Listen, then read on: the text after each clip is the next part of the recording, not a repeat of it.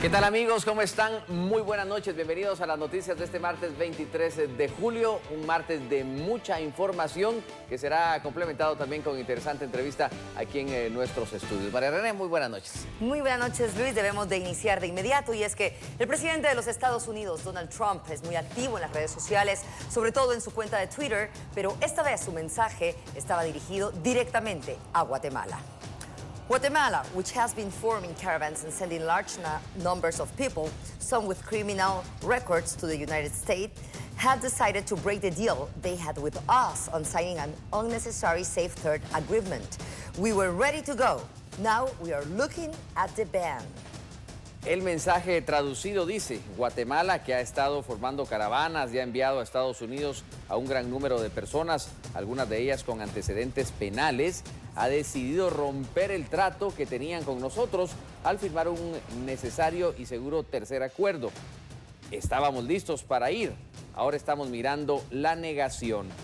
En un segundo tuit, el mandatario de los Estados Unidos expresa lo siguiente: tariffs, remittance fees, or all of the above, Guatemala has not been good. Big USA taxpayers' dollars going to them was cut off by me 9 months ago. Tarifas e impuestos a las remesas o todo lo anterior. Guatemala no ha sido buena. Los grandes dólares de los contribuyentes estadounidenses que se destinaron a ellos fueron eliminados hace 9 meses.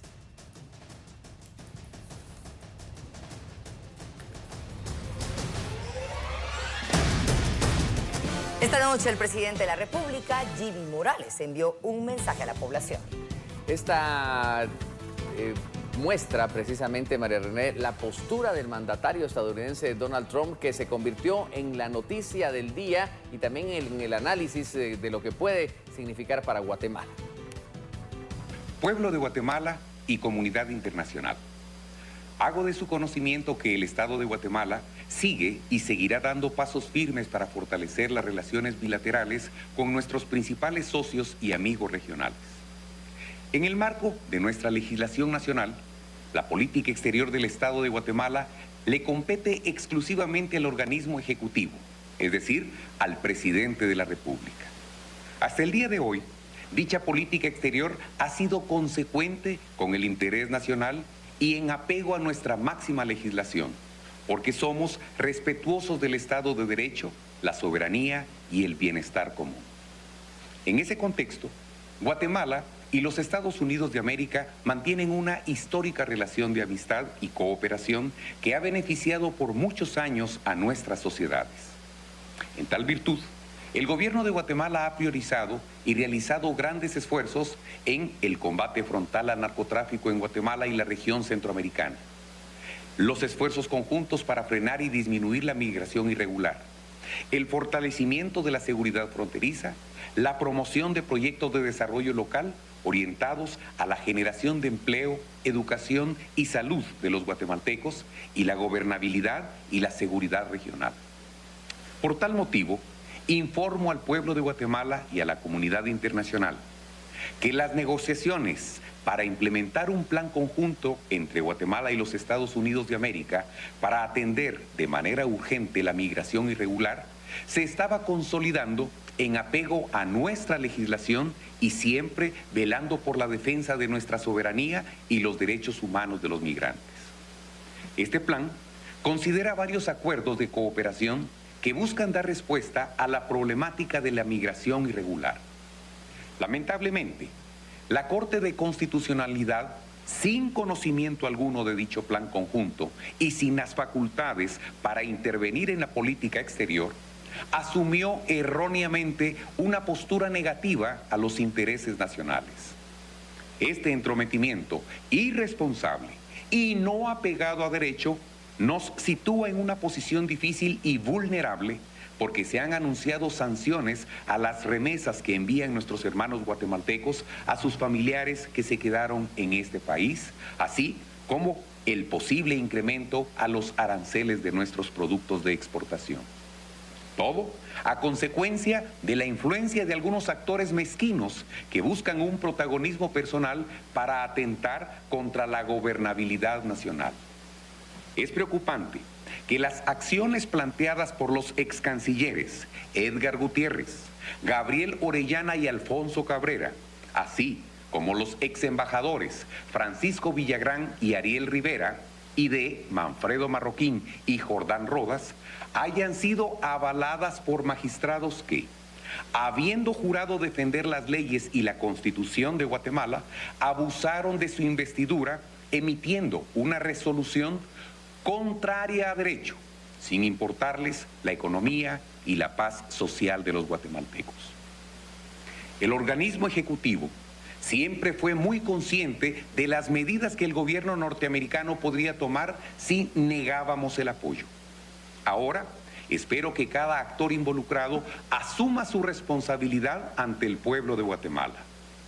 Aprovecho para aclarar que en ninguno de los acuerdos que se discuten en las mesas de trabajo de alto nivel se considera construir en Guatemala campos de concentración o cosas similares, como maliciosamente han querido hacer creer al pueblo de Guatemala. Una vez más, queda demostrada la reprochable intención de personas malintencionadas que malinforman a la población con dolo y alevosía para generar ingobernabilidad e inestabilidad. Los gobiernos de Guatemala y Estados Unidos, de buena fe, en mesas de alto nivel y diversas especialidades, buscan soluciones a problemas regionales, por lo que solicitamos al pueblo de Guatemala no dejarse engañar por estos malos guatemaltecos. De nuestra parte, continuaremos haciendo nuestro mayor esfuerzo para fortalecer las relaciones bilaterales con los Estados Unidos de América y además he instruido al Ministerio de Relaciones Exteriores que agote todas las vías diplomáticas disponibles para evitar sanciones que repercutan en la economía nacional, así como a la Secretaría General de la Presidencia le instruí que interpusiera un recurso de revocatoria ante la Corte de Constitucionalidad para que se solvente esta situación lo más pronto posible. Muchas gracias, Dios los bendiga. Desde Washington también teníamos las repercusiones del ministro de Gobernación, Enrique Degenhardt. Este se refirió al tuit emitido por el presidente de los Estados Unidos y cómo el gobierno guatemalteco aborda el tema. De alguna manera lo que llevamos 5 semanas haciendo es haciendo un trabajo integral. Lo que estamos haciendo hoy es trabajando en 3 ejes puntuales. El primer eje es cómo combatimos esa oferta de los servicios del traslado de la migración irregular. Pero es importante también aclarar que de nada nos sirve atacar a las estructuras criminales en función de esa oferta de servicios ilegales o irregulares si no abordamos también la parte de la demanda. Y cuando me refiero a la parte de la demanda de esa migración irregular, me refiero específicamente a que como Estado, y en esto es un esfuerzo interministerial, hemos estado discutiendo también un plan a través del cual el gobierno de Estados Unidos está anuente a darnos visas de trabajo legal para nuestros trabajadores agrícolas y de la industria. Como es obvio, nosotros planteamos ese requerimiento. Estados Unidos lo tomó en cuenta y lo consideró en volúmenes, yo diría, históricos, pero por supuesto Estados Unidos también necesita una contraprestación. Esa contraprestación es cabalmente ese acuerdo que ha estado en discusión.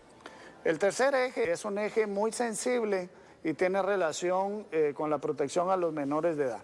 El amparo provisional que fue planteado por los ex cancilleres, el procurador de los derechos humanos y entiendo que otra persona particular que no me recuerdo quién es en este momento, lo único que hizo fue entorpecer un proceso de negociación que es sumamente importante para la relación bilateral. El aviso que hizo el presidente Trump esta mañana pone en riesgo, de hecho, entiendo yo, más de 1 millón de puestos de trabajo de los guatemaltecos.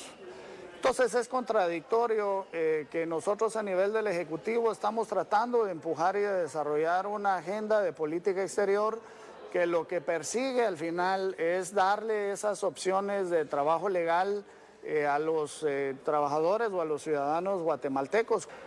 Creo que es importante que estemos conscientes que para la economía del país, la alianza con el gobierno de Estados Unidos representa casi el 50% de sus exportaciones, y de esa manera, como lo vemos nosotros, es que esta es una acción que de corto plazo va a poner a Guatemala en serios problemas. Pues los acuerdos de alguna manera siguen viabilizándose. Yo estoy aquí en Washington cabalmente haciendo un proceso de conversación. Por supuesto, estamos tratando de evitar que el presidente de Estados Unidos nos imponga tarifas arancelarias y regule el envío de las remesas, que según tengo entendido pondría al país entero en condiciones económicas muy serias de muy corto plazo. Si este convenio no se firma, las repercusiones están garantizadas para Guatemala. Es una situación que nos tiene sumamente preocupados. El gobierno de Guatemala está realmente haciendo un esfuerzo titánico para buscar las opciones de puestos de trabajo formales y legales en Estados Unidos. Considero que tenemos una oportunidad histórica, la cual debemos aprovechar como población guatemalteca, pero por supuesto tenemos que atravesar estos obstáculos que desde ningún punto de vista nos ayudan para poder llegar a ese objetivo. Concluimos con este primer bloque de noticias. Vamos a la pausa, pero ya volvemos, Luis. Así es, y lo haremos con una interesante entrevista al candidato a la presidencia, Alejandro Yamatei. No cambie. Se los había anticipado, está con nosotros el candidato a la presidencia por el partido Vamos, Alejandro Yamatei. Y esta noche abordaremos un tema particular que interesa a los guatemaltecos y que es demandado a los candidatos, el tema de seguridad en nuestro país, del cual seguramente tendremos una interesante entrevista. Antes que nada, darle la más cordial bienvenida. Gracias por estar con nosotros. Sabemos que son días muy intensos. De hecho, platicábamos de eso ahora mismo, ¿verdad? Que eso supone esta campaña y esta segunda vuelta electoral. Sobre todo que vamos contra el tiempo. Sí, seguramente. Entonces, ha sido muy intensa, sí, muy cansada, pero de resultados muy positivos para nosotros. Así que estamos muy contentos. Qué bueno. Ahora, quisiéramos abordar este tema del cual usted pues tiene una experiencia. De hecho, pues sabemos que ya intervino en la administración gubernamental con el tema de seguridad en la parte de presidios. Pero entiendo que el plan de trabajo pues presenta varios ejes fundamentales que van en varias direcciones y pretenden atender la demanda de la población de un tema del que hablamos todos los días, los ciudadanos. ¿Cuál es ese plan de trabajo? Bueno, una de las primeras cosas que tenemos que ver, tenemos que reconocer, es que todos los guatemaltecos de alguna u otra forma hemos sido objeto de algún acto de violencia en lo personal o con un familiar muy cercano. Eso nos pone a todos y de hecho yo les puedo decir que ahorita, gracias a Dios, nos están viendo ya en la tranquilidad de su casa.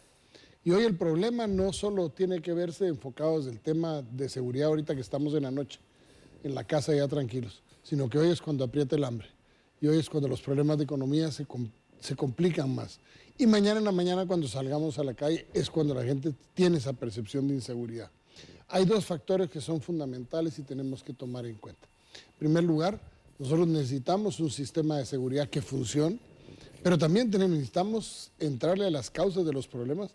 Y las causas de los problemas tienen mucho que ver con la falta de oportunidades y con esa falta de empleo que hay hoy en día en Guatemala.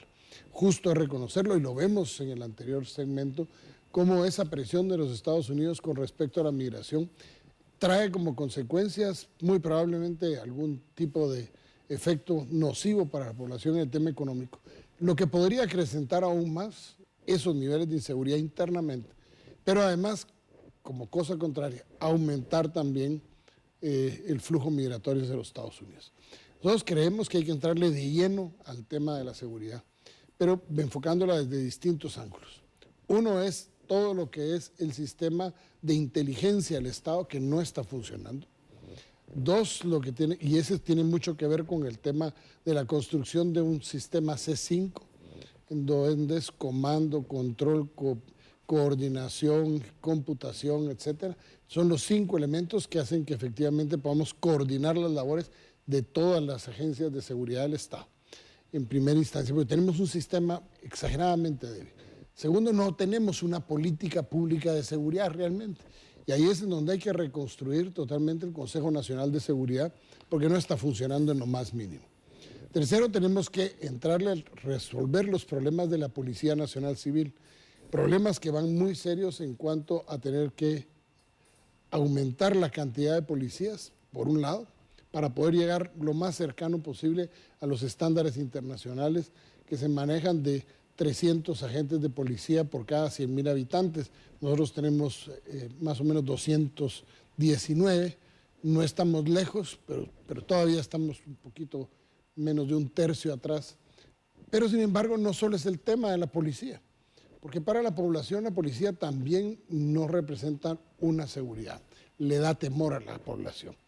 Y hay que entrar entonces en un proceso de reestructuración de la policía, en donde es imprescindible que la carrera policial exista, en donde podamos tener oficiales de policía lo suficientemente preparados para que sean vistos por la población como sus aliados y no como una amenaza. Tenemos también que reconocer que hay que aumentar los niveles del Ejército de Guatemala en función del número de efectivos, porque dado como consecuencia de los acuerdos de paz, tuvimos una disminución de casi el 67%, cuando los acuerdos de paz demandaban 33%, y hoy tenemos que duplicar, pudiéramos generar hasta duplicar el número, pero imposible en 4 años, sí se puede llegar a unos 6.000 elementos más. ¿Con qué propósitos? No es sacar al ejército a la calle, sino que es sacarlo a cuidar esas fronteras en donde hoy por hoy el tráfico de personas, el contrabando, el tráfico de ilícitos, el tráfico de armas son lo que está rigiendo esas zonas en donde hay una ausencia del Estado de Guatemala y que se han convertido casi que en zonas ausente totalmente, valga la redundancia, la presencia del Estado, que nos aumenta la conflictividad en esos lugares. De hecho, nosotros tenemos que ver el tema de una manera integral con un elemento extra, que es el tema de la prevención. Tenemos que atacar fuertemente el tema de la prevención del delito, porque no solo es atacar al delincuente, sino la prevención del delito. Y por último, tenemos que aumentar las penas, tenemos que ser más drásticos y la fuerza coercitiva del Estado se tiene que sentir, sobre todo para ser implacables con los mareros y pandilleros, esos que extorsionan, asesinan y matan todos los días, especialmente a la gente más pobre, a la señora de la tortillería, al que vende el pollo de casa en casa, al tuctuquero, incluso hasta el repartidor de basura. Nosotros estamos proponiendo la ley de terrorismo de orden público, es declarar terrorista a toda aquella persona que atente contra un servicio público con el ánimo de extorsionar y podamos no solo perseguirlos, encarcelarlos, enjuiciarlos y condenarlos como terroristas, en donde simple y sencillamente van a tener los derechos mínimos, no los derechos máximos, porque hay que reconocer que esos derechos humanos, que hoy se le tratan de respetar al victimario y respetan los derechos de la víctima, hacen que las personas que no son los criminales sientan que los derechos humanos están para proteger a los victimarios y no a las víctimas. Y nuestro gobierno no va a ser tolerable. Vamos a darle esos requisitos básicos, esos derechos básicos que demandan los tratados internacionales y no los derechos absolutos que hoy por hoy tienen en las cárceles. Pero es que aquí está hablando usted de una reforma que tocaría el sistema de justicia que opera de determinada forma y que determina incluso qué prisiones utilizar y cómo utilizarlas, pero también del Congreso de la República para generar esta ley. No necesariamente. Tenemos una ley del régimen del sistema penitenciario que entró en vigor el 6 de abril del año 2007 y estas son las alturas, 15 ministros de gobernación después, que esa ley no entra en vigor porque el reglamento no se aplica. En esa ley se especifica perfectamente los tipos de prisiones que hay, de mínima, de mediana, de máxima seguridad. Incluso en el artículo 42, si mi memoria no me falla de esa ley, se estipula ya el uso del brazalete electrónico. Ojo, hace 12 años. Y hoy por hoy seguimos sin tener brazalete electrónico, lo cual tenemos a mucha gente en prisión innecesariamente, porque hay que reconocer que ha habido un abuso de la prisión preventiva y podríamos tener a mucha gente que son delitos menores con un brazalete en su casa y no necesariamente guardando prisión. Bueno, fue aprobado el año pasado. Otra ley, Ajá. pero la ley del régimen del sistema penitenciario promulgada en el 2007 Ya lo contemplaba. ya lo contemplaba. Lo que Pero pasa ni es una ni otra. no la ponen en vigor porque no hay interés. Lo que estamos es ante gobiernos que no les interesa. La seguridad de los guatemaltecos es fundamental para que logremos el desarrollo del país. No puede haber inversión nacional o extranjera, no pueden haber más trabajos si no principiamos a tener una seguridad en función del desarrollo económico del país. Y hoy a la gente le da miedo invertir aquí. Le da miedo porque tenemos presencia de maras, con una complicación más, ya en los departamentos de Santa Rosa, de Jalapa y de Jutiapa, dadas las presiones del nuevo gobierno de El Salvador, principia a notarse la presencia de más pandilleros y mareros en esa región ante la paciencia y la indolencia de las fuerzas de seguridad que no están haciendo lo más mínimo por detener a esas personas que vienen huyendo de los procesos de persecución en El Salvador, y aquí se encuentran con un gobierno complaciente en el tema de la seguridad. En breve podríamos tener los propios y los ajenos, podríamos decirlo. Bueno, siempre los hemos tenido un poco más ajenos que propios. Pero usted está hablando de una necesidad de una mayor efectividad de la policía, e incluso habló de una reestructuración. ¿Esto no implica un mayor presupuesto para poder operar todo el sistema de justicia? ¿Con qué presupuesto piensa operar? Mire, Luis, ¿sabe cuál es la tragedia? Que el presupuesto asignado todos los años a la policía ni siquiera se lo terminan de usar. No hay voluntad de quererlo usar. Al final lo utilizan para comprar una serie de cosas que no se necesitan. Y aquí nosotros tenemos que hacer énfasis en algo. O sea, nosotros queremos tener una buena policía, pero los tratamos muy mal a los policías. Usted, si no me lo crea, váyase aquí en el periférico, en esa estación de la policía que está aquí, en el periférico, después de... Bajando la San Juan. Después de Novicentro, no. Ah, aquí, la que aquí está, que está aquí. La yendo a zona 12. Del lado de la zona 12, yendo para allá. Vaya a entrar, pregunte si hay buenos baños, pregunte el estado en que están, pregunte si tienen colchón en las camas. Viven los policías en condiciones paupérrimas, pero sí queremos que nos atiendan bien. Y la desgracia es que ni siquiera los presupuestos del Ministerio de Gobernación y la policía son utilizados al 100% para mejorar la vida y dignificar la función policial. Porque no solo se dignifica con más salario, se dignifica atendiendo bien a la gente. Y nosotros necesitamos también que el policía responda a lo que nosotros hacemos por ellos. Y es ahí en donde tenemos que tener un balance, y yo creo que los presupuestos actuales no solo deberían ser suficientes, sino que también de qué sirve pedir más dinero si no se los van a gastar. Tenemos que ser efectivos, tenemos que haber priorizado los gastos que vamos a hacer en función del combate real y frontal contra la delincuencia, porque se necesita más equipo, se necesita mayor armamento y mejor armamento para la policía, y algo que es fundamental, darle el derecho a la policía de usar sus armas. Porque recuérdese que hay una ley entrampada en el Congreso de la República que es una ley que promueve la defensa de la vida del policía, cosa que no está reglamentada y que hace muchas veces que el policía tenga miedo de sacar su arma y disparar porque tiene miedo de que vaya a ser perseguido por haber cumplido con su deber. Y esa es una de las cosas que no vamos a permitir en nuestro gobierno. Vamos a garantizar que los policías puedan actuar en defensa de nosotros los guatemaltecos. Y vamos a velar, pero que eso efectivamente no tenga desmanes a la hora de usar la fuerza. ¿En cuánto tiempo piensa usted que esta reestructuración y esta efectividad podría llegar a ser una percepción ciudadana? Bueno, vamos a principiar hay todo un plan de trabajo para iniciar las acciones en los primeros 90 días de gobierno. Recuérdese que la seguridad es percepción. O sea, si yo me siento seguro, aunque me estén asaltando a la vecindad, me siento seguro. Es percepción.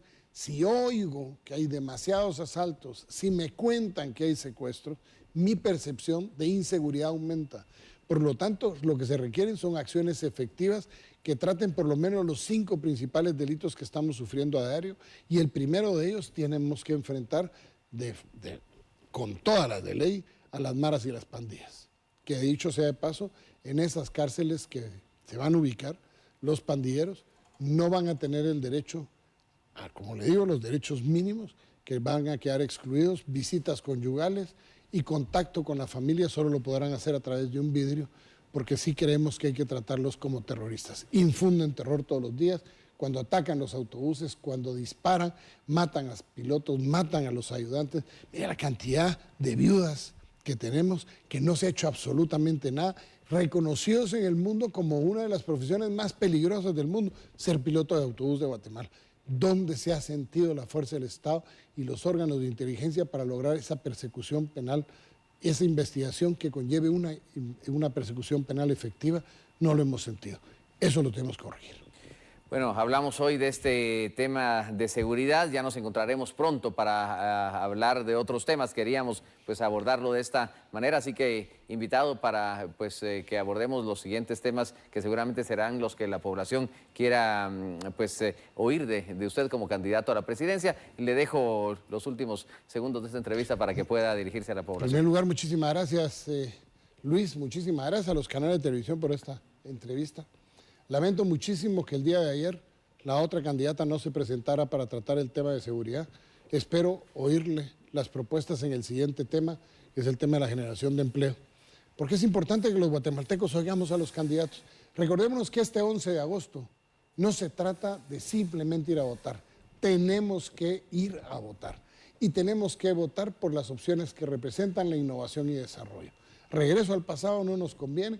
Nos conviene dar un paso al frente con un plan de gobierno, un equipo de gobierno, pero sobre todo con la voluntad y el deseo de hacer bien las cosas. Que Dios les bendiga, pero especialmente que Dios bendiga a Guatemala. Muchas gracias, doctor Alejandro Yamatei, por esta entrevista en el tema de seguridad. Como lo decíamos, pues habrá unas siguientes entregas y acercamientos para seguir abordando estos temas que son de interés antes de que vayamos a las urnas electorales del próximo 11 de agosto. La pausa, volvemos de inmediato con más de Noticiero. El presidente se refirió a la advertencia que hizo el presidente Donald Trump. Nosotros vemos que el tema migratorio pasa por más creación de empleo, por más inversión, etcétera. Parte de este fallo se debió a una mala sentencia de la Corte de Constitucionalidad, en la cual le amarra las manos al gobierno, donde se mete la Corte interfiere, mejor dicho, en manejo de política exterior, lo cual no es correcto. Aquí estamos hablando de un problema real, no es un problema ideológico, no tiene que tratarse de un problema ideológico, político partidista. Esto es un tema que afecta a más de 1 millón de guatemaltecos y es un problema de nación. No podemos tener nosotros que este tipo de situaciones sean tratados con ideología, sino con seriedad, ya que es un problema de todos. De concretarse estas amenazas, sería un desastre para Guatemala. Así lo refiere la cúpula empresarial. El gobierno de Guatemala tiene que hacer todo lo posible para evitar estas sanciones comerciales y igualmente hacemos un llamado a la Corte de Constitucionalidad que actúe con responsabilidad y a la sociedad que entiendan, esto no es un problema de los empresarios, no es un problema del gobierno, es un problema de todo el país. Más de 1 millón de personas dependen de las exportaciones de Estados Unidos y más de 3 millones de personas dependen de las remesas familiares. No podemos darnos el lujo como país caer en una situación donde haya sanciones comerciales o sanciones a las remesas o transferencias que vengan de Estados Unidos. La Cámara del Agro también emitió un comunicado en el que se refiere a las repercusiones que podría acarrear esta decisión del gobernante norteamericano. El 23 de julio 2019. Imponer aranceles a las exportaciones de Guatemala que tienen como destino el mercado de Estados Unidos fuera del marco del Tratado de Libre Comercio, vigente desde 2006, impactaría a millones de trabajadores que son parte de la cadena productiva de producción, manufactura, empaque, transporte y comercialización de las producciones hacia y desde ambos países. El comercio de productos agrícolas ha sido de mutuo beneficio para los agricultores estadounidenses y guatemaltecos. Guatemala es el destino número 22 para las exportaciones agrícolas de Estados Unidos, que en los últimos 10 años registraron un incremento del 53%. Las importaciones registradas en Estados Unidos de productos agrícolas provenientes de Guatemala en 2018 alcanzaron un total de $2.069 millones, 66% más que hace 10 años. El 37% de las exportaciones agrícolas de Guatemala tienen como destino el mercado de Estados Unidos de América, siendo los principales productos banano, café, melón, azúcar, plátano, hortalizas, brócoli, ocra y mini vegetales frescos y congelados, arveja china, sandías, papayas y esquejes.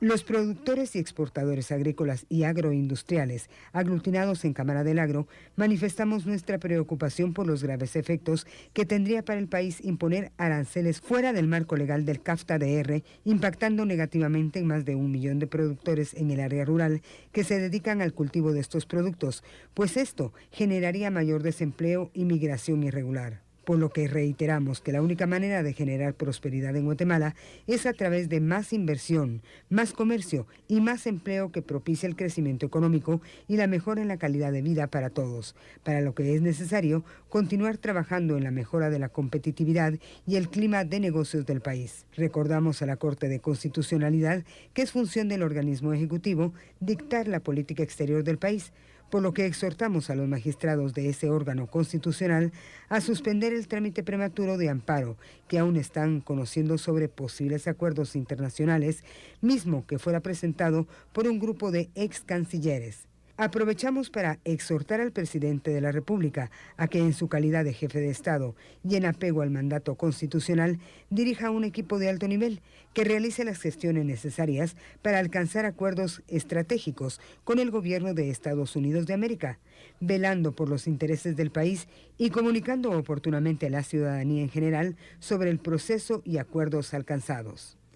De concretarse lo advertido por Donald Trump, las repercusiones económicas serían nefastas para el país, según lo indica el sector empresarial. Sin embargo, si eso se diera, sería muy lamentable, pues ya hay tratados de libre comercio que tendrían que cumplirse y respetarse, ¿verdad? ¿Esto podría afectar las exportaciones, en este caso, de su sector? Sí, definitivamente eso tendría un impacto negativo al haber un incremento, una variación en los convenios ya vigentes, ¿verdad? ¿Cuánto se exporta actualmente? Pues, 50% del café se exporta a Estados Unidos. ¿Esto genera un importante ingreso de divisas? Sí, definitivamente es considerable, es muy importante. El mercado de Estados Unidos es el más importante para Guatemala en el tema de café. Hay una menor dependencia, pero no importa que sea una menor dependencia. Para la gran cantidad de productos que se exportan a Estados Unidos, esos aranceles tendrían un efecto catastrófico. Y además no tendrían ningún efecto positivo en el tema de tener migraciones. En todo caso, las acelerarían. Una decisión de ese tipo lo único que haría es acelerar la decisión de migración mucho más rápido que esto. Ya en cuanto que esto tenga o no tenga un efecto sobre el tipo de cambio, pensaríamos que eso sí sería ya más un efecto de más de mediano a largo plazo, no sería un efecto inmediato. El Banco de Guatemala detalló que de enero a mayo, el valor de las exportaciones a Estados Unidos sumaron 12.305 millones de quetzales, equivalente al 34% de todo el comercio, mientras que las remesas sumaron en el primer trimestre más de 38.000 millones de quetzales. También el Centro de Investigaciones Económicas Nacionales, el CIEN, hacía un análisis del impacto que tendría para Guatemala este anuncio de Donald Trump. Que existe una presión debido a los desafíos que se manejan en Estados Unidos. Lo que nosotros nos encontramos es con una situación donde confluyen los factores. En primer lugar, seguimos sin generar oportunidades y en segundo lugar, una válvula de escape que anteriormente habíamos tenido, que es la migración, y que es muy desafortunado porque son condiciones de riesgo de vida para las personas que migran. Los flujos que se han recibido ahora se ven amenazados. Puntualmente el impacto es que las remesas pues van a ser reducidas en la cantidad del impuesto que se decida poner, y eso sin duda alguna es un efecto directo al bolsillo de las familias guatemaltecas que reciben remesas. Y en segundo lugar, dependiendo cómo se establezcan las tarifas, en términos generales lo que va a afectar es que vamos a ser menos competitivos. Es decir, hay muchas actividades económicas que hoy en día ponen sus productos en Estados Unidos, que al existir este tipo de tarifas van a dejar de ser competitivas y los clientes de Estados Unidos van a empezar a buscar proveedores en otros países que no tengan ese tipo de condiciones que nos van a poner como país. Esta noche la Corte de Constitucionalidad ofreció una conferencia en la que explicó el contenido de la resolución emitida en torno a la firma del convenio entre Guatemala y los Estados Unidos de Norteamérica. En el caso tercer país seguro, en cumplimiento de su función, la Corte de Constitucionalidad no le prohibió ninguna acción al presidente de la República. La resolución únicamente señaló el procedimiento establecido en la Constitución Política de la República de Guatemala para la firma de un convenio de esa naturaleza y con esos alcances, según lo dictado en el artículo 171, que establece: corresponde también al Congreso de la República, literal L, a aprobar antes de su ratificación los tratados, convenios o cualquier arreglo internacional cuando, número 2, afecten el dominio de la nación, número 3, obliguen financieramente al Estado. Por el bien de la ciudadanía y en la actual coyuntura, instamos a todos los funcionarios públicos a asumir sus responsabilidades de conformidad con la Constitución Política y demás leyes de la República de Guatemala. Un humilde vendedor de helados fue asesinado a balazos por sicarios extorsionistas en la colonia Belén, en la zona 7 de Misco.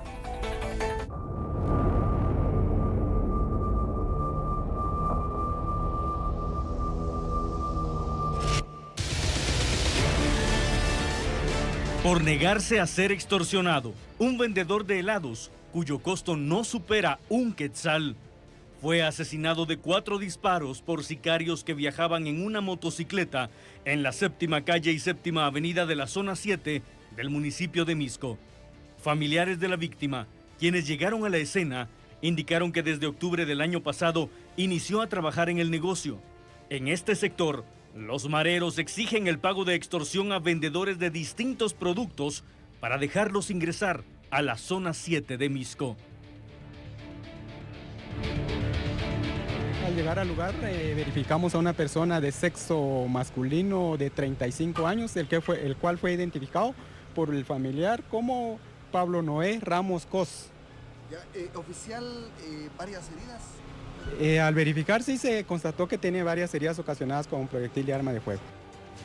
Vecinos que observaron el ataque indicaron que los sicarios le dispararon por la espalda cuando el vendedor empujaba su carreta de helados. Por la tarde de este martes, el conductor de un vehículo de alquiler fue asesinado en la zona 11 capitalina.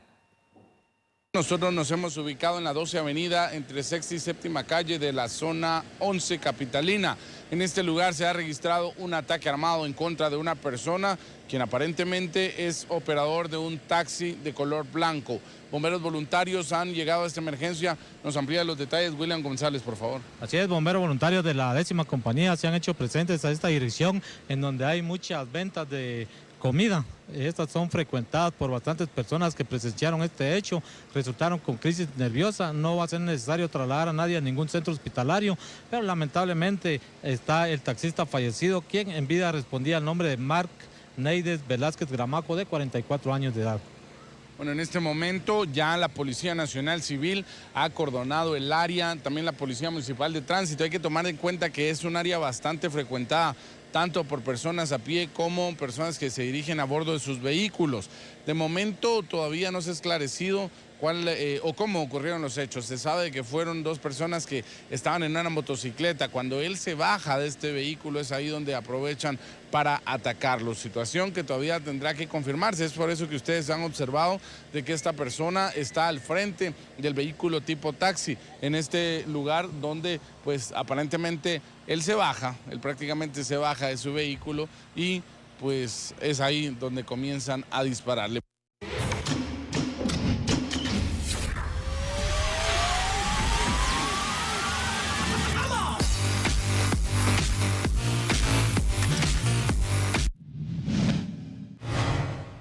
Este lunes por la tarde, Municipal dio a conocer la destitución de su entrenador Horacio Cordero. Recordemos que el conjunto escarlata había renovado el contrato del entrenador argentino por 6 meses, pero debido a los resultados obtenidos en juegos de pretemporada, el club ha decidido darlo de baja. Por lo tanto, el argentino Sebastián Vini ha quedado a cargo del equipo de forma interina. Vini ha conseguido 3 títulos con la categoría especial del conjunto escarlata. En el entreno de hoy, Municipal realizó trabajo táctico y fútbol en espacios reducidos.